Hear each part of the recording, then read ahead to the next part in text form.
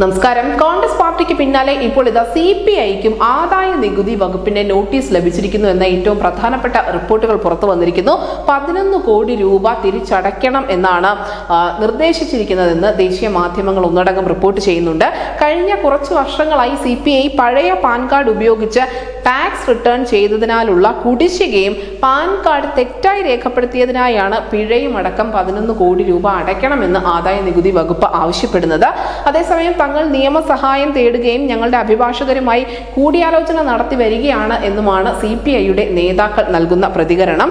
നമുക്കറിയാം, സാമ്പത്തിക പ്രതിസന്ധി വളരെ രൂക്ഷമായ പശ്ചാത്തലത്തിൽ തെരഞ്ഞെടുപ്പ് പ്രചരണത്തിന് പോലും തങ്ങൾക്ക് പണമില്ല എന്ന് കോൺഗ്രസ് പാർട്ടി ഇതിന് തൊട്ട് മുൻപ് തുറന്നു പറഞ്ഞിരുന്നു. അതോടുകൂടി അവർ കൂപ്പൺ പിരിവിന് ഇറങ്ങുന്നു എന്ന ചില വാർത്തകളും പുറത്തു വന്നിരുന്നു. കൂപ്പൺ അടിച്ച് ഉടൻ തന്നെ വിതരണം ചെയ്യാനാണ് കേരളത്തിലെ KPCC നേതൃത്വം അടക്കം മുന്നോട്ട് പോയിക്കൊണ്ടിരിക്കുന്നത്. PCCകളും സ്ഥാനാർത്ഥികളും ഒക്കെ സ്വന്തം നിലയ്ക്ക് കുറച്ച് പണം കണ്ടെത്തേണ്ടതുണ്ട് എന്ന ഹൈക്കമാൻഡിന്റെ നിർദ്ദേശം വന്നതിന് തൊട്ട് പിന്നാലെയാണ് കോൺഗ്രസ് പാർട്ടി കൂപ്പൺ പിരിവ് നടത്താനുള്ള തീരുമാനത്തിലേക്ക് എത്തുന്നത്.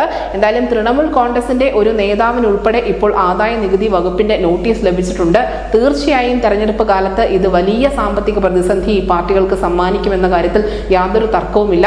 ആദ്യം കോൺഗ്രസ് പാർട്ടിക്ക് മാത്രമായിരുന്നു ഇത്തരത്തിലുള്ള സാമ്പത്തിക ബാധ്യതയെങ്കിൽ ഇപ്പോൾ അത് ഇടതുപക്ഷത്തിന് കൂടി വന്നിരിക്കുന്നു. നമുക്കറിയാം, പണ്ട് കാലത്ത് ഇടതുപക്ഷ പാർട്ടികൾക്ക് നേരെയുള്ള ഏറ്റവും വലിയ വിമർശനമായിരുന്നു അവരുടെ ബക്കറ്റ് പിരിവ് എന്നത്. ഇപ്പോഴിതാ ഈ ലോക്സഭാ തെരഞ്ഞെടുപ്പ് കാലത്ത് ഇത്ര വലിയ ഒരു സാമ്പത്തിക ബാധ്യത CPI പോലെയുള്ള ഒരു പാർട്ടിക്കുണ്ടാകുമ്പോൾ അവർ വീണ്ടും പഴയ ആ ബക്കറ്റ് പിരിവിന് ഇറങ്ങേണ്ട അവസ്ഥയിലാണ്. News desk Malayalam.